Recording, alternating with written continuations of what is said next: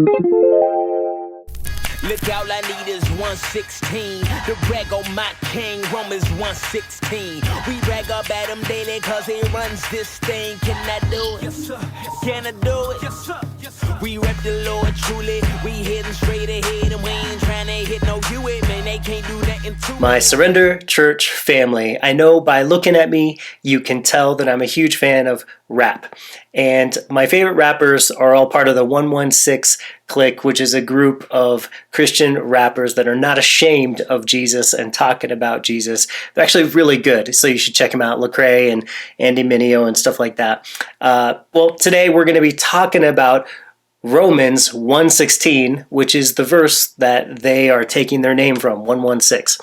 So Romans 1:16 is what we're going to be talking about today. Romans 1:16 is an emotional declaration of confidence in God's amazing good news that we call the gospel. Jesus was not ashamed to be called a human, which is kind of nuts because humans are crazy. So because of his work on behalf of me, because of his death on the cross, his resurrection, I also am not ashamed to call him my Lord and to have confidence in what he has done. I can claim him just like he claims me.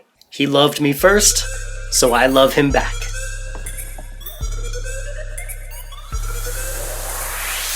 Uno says, please don't get up.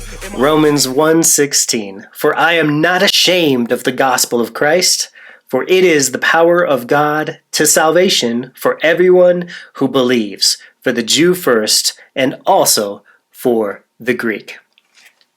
If anyone has proved that they're not ashamed to tell people about Jesus and all that Jesus has done for them, it was Paul. Let me tell you a few things that happened in his life. He was imprisoned in Philippi. He was chased out of Thessalonica. He was smuggled out of Berea. He was sneered at in Athens. He was regarded as a fool or called an idiot in Corinth. And he was stoned in Galatia. He had rocks thrown at him, not the other kind. But Paul always was eager and excited to share this gospel, this good news, with anyone that he met. And he was making plans to go to even more dangerous places where they had promised to put him to death, but he was not afraid at all. He's not ashamed of the gospel. So Paul was definitely not ashamed of the gospel. You know, Paul believed that it was a life-giving message, and it was worth everything in his life to share this life-giving message with whoever he came across. No matter how they responded, he was willing to give his life to share this wonderful good news with people. How about a Spurgeon quote? Spurgeon said, "When we preach Christ crucified, we have no reason to stammer or stutter or hesitate or apologize. There is nothing in the gospel of which we have any cause to be ashamed." But you know, the world rejects this gospel categorically. They just flat out reject it. It's too narrow to say that only Jesus saves. It goes against my pride to say that I have to humble myself and ask Jesus for his grace. It goes against my will because I want to do my will, not God's will for me. And the gospel requires faith. I have to put my trust in God through Jesus for the gospel to be of any use for me. And for the world, faith is a scary thing. Faith is an unnatural thing.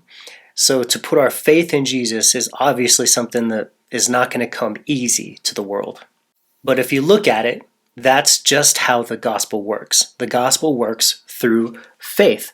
We have the gospel here, and then we have it's good for everyone who believes. It is the power of God to salvation for everyone who believes. And believes is a word that just means, has faith. Are we going to put our faith in his gospel? So the world just categorically rejects the gospel. But for anyone who understands their predicament, understands what situation we find ourselves in, the gospel is life. The gospel is God's power of salvation. For anyone that is ashamed of their sin, in other words, if you have really looked at the law, have you really stared at the law? Have you really let it search your heart? Have you really seen that you have fallen short of God's perfect, holy standard for a human life? If you've done that, then the gospel is indeed good news. In fact, that's what the word gospel means, is good news. So if you've actually read the Ten Commandments, you realize that you've broken all of them, and so you need some good news when the Ten Commandments are simply bad news. The Ten Commandments just say, you're guilty. We need something else to bring us some good news, and that is this gospel. And that's why we're not ashamed of it. We are ashamed of our sin, but we're not ashamed of God's solution to our sin. So this gospel is the power of God for salvation to everyone who believes. That's how it works, by faith. For the Jew first and also for the Greek. So we have those two groups of people, and that just means people who were religious and knew about God and about what he was like. And it works also for people who had no clue, who were not religious, who had no idea what God was like or what he intended for their lives. But the gospel works just as well for both groups of people. The gospel is the power of God for salvation. So what does it mean that the gospel gives us salvation, or is the power of God to salvation? Let me explain by drawing a chart here of basically explaining 3 ways that the gospel brings salvation into our life. We have, we'll do this. We'll say past, present, and future. And the church words we have for these are justification, sanctification,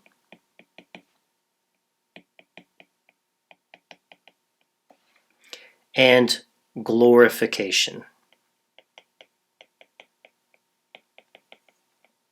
This one is how we start out with God. This one is how we continue or grow. And the last one is when we will be perfect in heaven.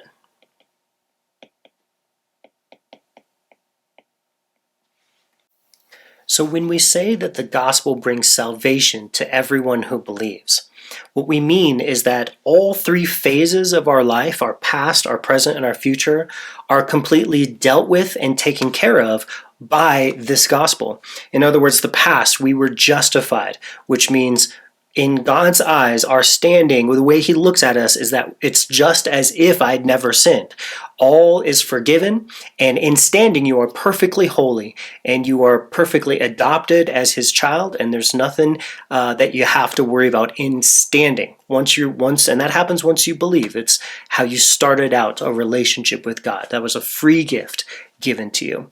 Then the next phase of our Christian life is from the moment we believe until the moment we die, that process where we are growing to trust in Jesus more, to walk with him, and we're growing in what's called sanctification, where we're learning how to live a life that glorifies God, and learn how to really trust him in all the circumstances that happen to us in our life.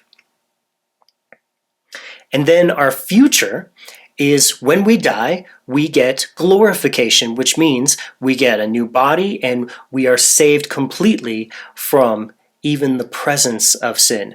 So you could say that the past saved us, the justification saved us from the penalty of sin. We were forgiven.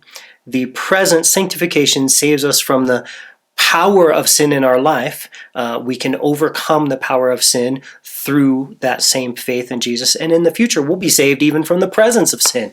We'll have glorified bodies. We won't struggle with sin anymore. But all of this put together is the complete salvation that Paul is not ashamed to talk about, that we are not ashamed to live in and to experience.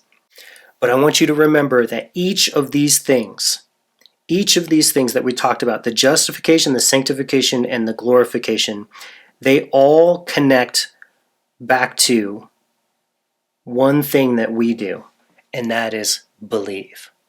Believing in Jesus. That means putting our hope completely in Him, placing our confidence in Him. So when someone asks, how do you stand before God? Well, that's justification. So I stand before God by believing in the gospel of Jesus. That's the only way I can stand.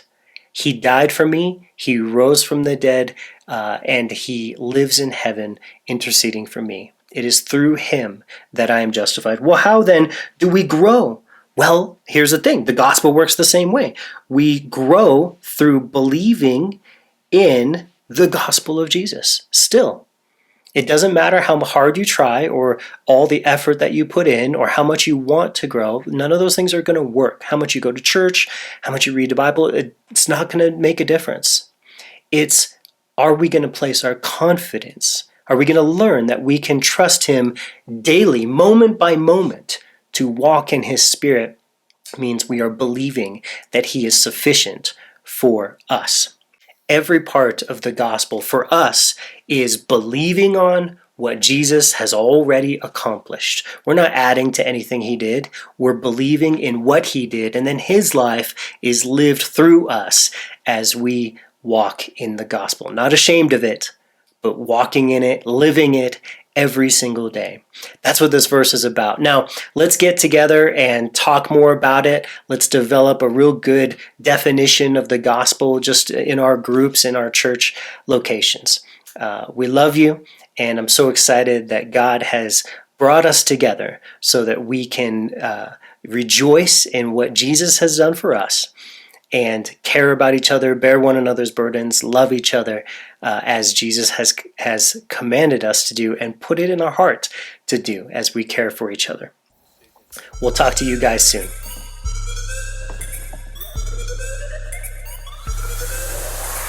Uno, seis. When I, uno, seis. When I, uno, seis. Please don't get up in my way.